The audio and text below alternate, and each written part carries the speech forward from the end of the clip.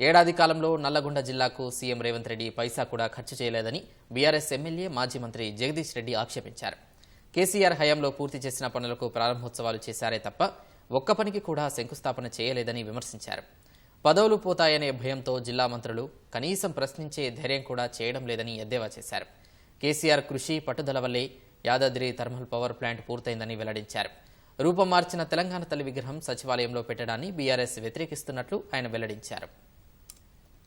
కేవలం కేసీఆర్ గారు ఇచ్చిపోయిన అభివృద్ధి కార్యక్రమాన్ని ప్రారంభం చేయడం తప్ప ఈ జిల్లాకు ఒక ప్రాజెక్ట్ ఇచ్చింది లేదు, ఒక పైసా నిధులిచ్చింది లేదు. ఈ జిల్లా మంత్రులు సాధించింది అంతకన్నా ఏమీ లేదు. సంవత్సర కాలంగా ఏం చేయలేకపోయినారు. ఇవాళ ముఖ్యమంత్రిని తీసుకొచ్చుకొని ఎంతైతే ఖర్చు పెట్టినరో ఖర్చు మందం కూడా ఈ నల్గొండ జిల్లాకు శంకుస్థాపన చేసిన సందర్భం లేదు. మేము ఆనాడు శాంక్షన్ చేసిన నిధులతో చేసేది తప్ప అదనంగా వీళ్ళేం రూపాయి ఇయ్యలేదు, రూపాయి ఖర్చు పెట్టలేదు. తెలంగాణ తల్లి 3.5 కోట్ల మంది ప్రజలు సృష్టించుకున్న తెలంగాణ తల్లి అద్భుతంగా అట్లనే ఉంటుంది, ఏం మారదు.